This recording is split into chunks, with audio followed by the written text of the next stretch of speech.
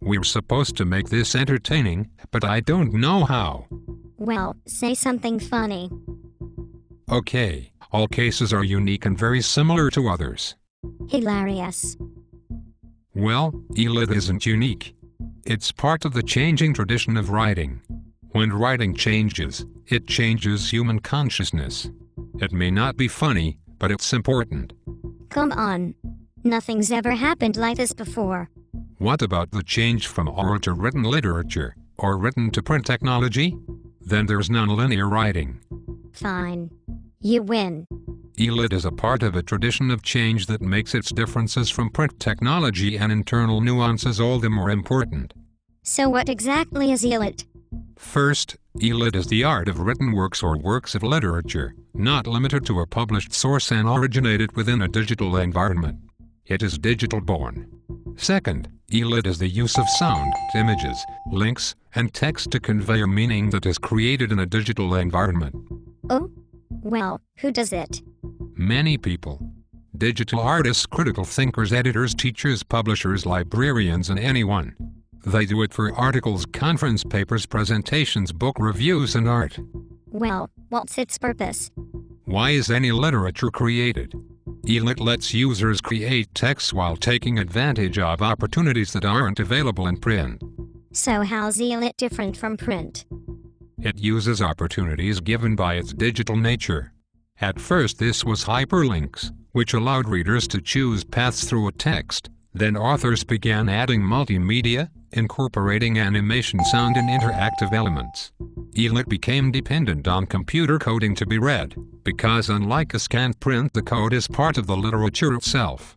Then how's it any different from a computer game or animation? Traditional textual practices and analysis are still central, but sometimes ELIT appears similar to other digital works. Deviant and the Ivanhoe game are examples that blur the line between ELIT and other digital forms by blending traditional text with contemporary technologies. That is so cool. I want to read ELIT now. It's more than reading. It's interacting. Which reminds me, I need to tell you about interactive fiction. What is interactive fiction? Interactive fiction is ELIT that relies on user input to tell a story. Traditionally, IF is text-based and users input text commands to explore their environment and control characters. IF sounds like a choose-your-own-adventure novel. Yes, but with advanced technology. Some IF is even being made for virtual reality caves.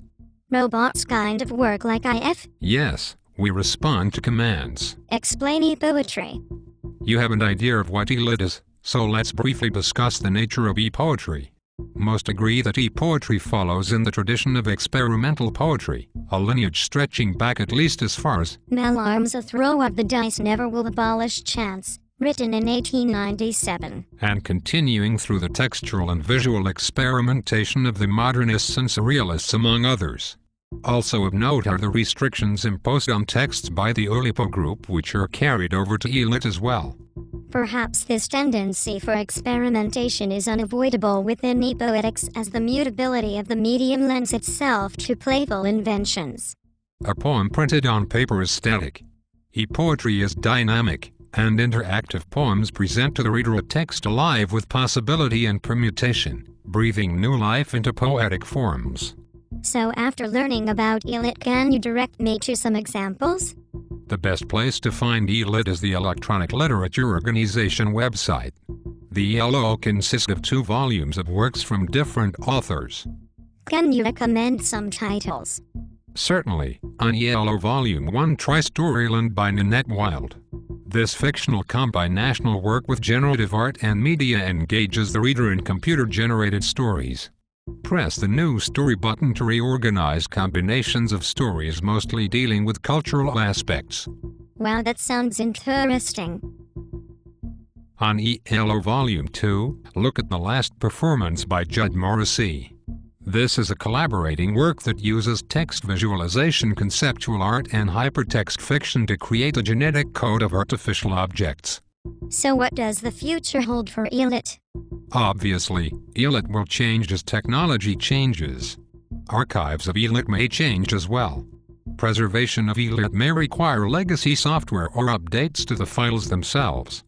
File types and formats may change as technology improves. May. Don't you mean they will change? Good point. It's hard to know what the ELIT of the future may look like, since every new technology opens up new possibilities, and ELIT is already very experimental. Wow, thanks for the information. You're welcome.